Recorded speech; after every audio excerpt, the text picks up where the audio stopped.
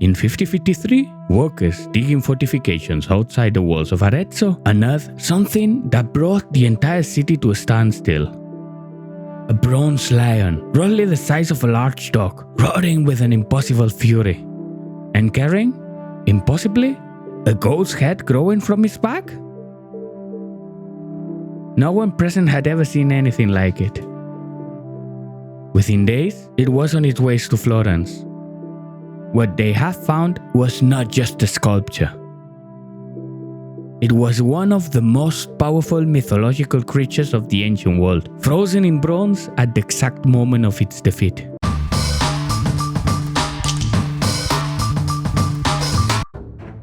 The Chimera is one of the most singular creatures in all of Greek mythology.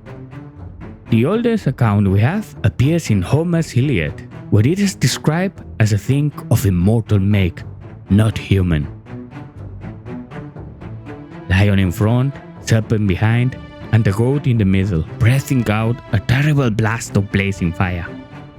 Born of the primordial monsters Typhon and Echidna, the Chimera embodied the destructive, uncontrollable powers of atmospheric forces, the storm, the chaos, the thing that cannot be tamed.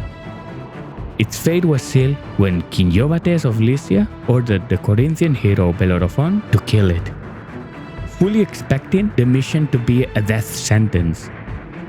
But Bellerophon had one decisive advantage: the winged horse Pegasus, which allowed him to attack from the air, well out of reach of the flames. In some versions of the myth, his solution was as ingenious as it was brutal. He dropped a lump of lead into the Chimera's throat, which melted in its own fiery breath and burned it from the inside out. In Greek art, the depiction of this confrontation evolved over centuries in ways that archaeologists have been able to trace with remarkable precision. The earliest images, rooted in the Corinthian tradition and dated to around the 7th century BC, show the Chimera with both heads, lion and goat, facing forward, as if advancing. Over time, the Attic tradition introduced a significant shift. The heads turned backward toward the attacker, loading the scene with a far greater narrative tension. The creature is no longer charging, it is reacting, defending itself, aware that something is coming from above. The Chimera of Arezzo is, without question, the most famous depiction of this creature in monumental ancient sculpture. It measures around 129 centimeters in length and has been dated to around 400 BC. Although it represents a Greek myth, it is Etruscan in manufacture, most likely produced in a workshop in northern Etruria, shaped by the artistic traditions of the Greek colonies in southern Italy. A convergence of influences that is visible in every detail of the piece. What makes this sculpture extraordinary is not just its size or its age, but the moment it captures. The Chimera is neither defeated nor still. It is wounded, coiled, on the verge of lunging. The goat's head had flopped to one side, mortally struck, with blood pouring from the neck. The lion's body shows a wound on the left haunch, almost certainly the entry point of a spear that no longer exists. And every muscle is clenched in that ambiguous instant between attack and surrender. The artist did not depict defeat. He depicted the moment just before it. The beast is still alive, still dangerous, but already doomed. Inscribed on the right foreleg in retrograde Etruscan letter is the word inscription. This inscription tells us something essential about the object's original purpose. It was a votive offering dedicated to Tinia, the supreme deity of the Etruscan pantheon, the counterpart of the Greek Zeus. The Chimera was not palace decoration or a collector's trophy. It was a sacred object, deposited in a sanctuary as an act of devotion.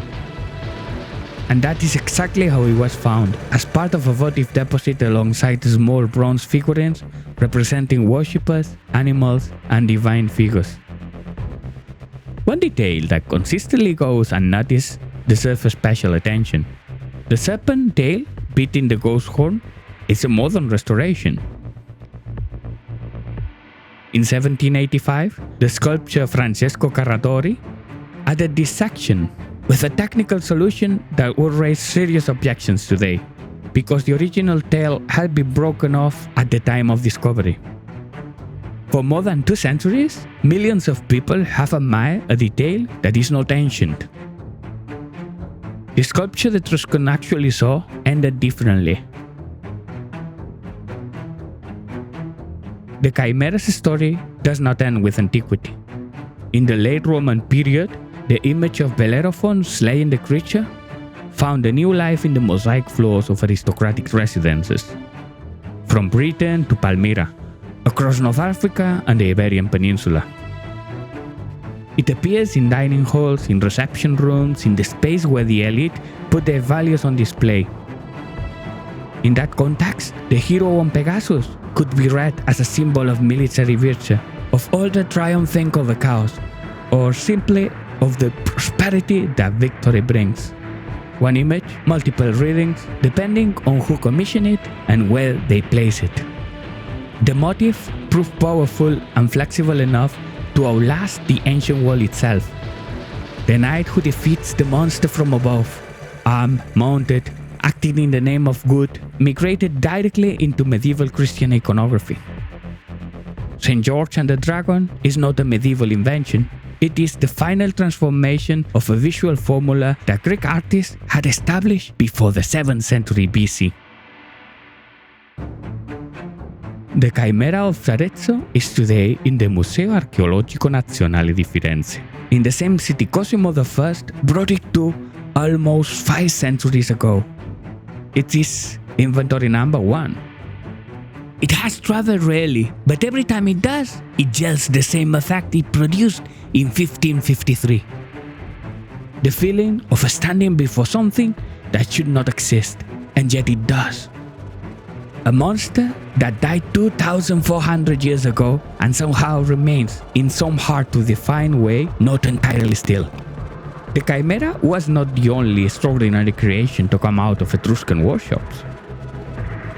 On our channel, you'll find a video about the gold dental appliance that elite Etruscan women wore at banquets, an emblem of a status that scandalized the ancient world.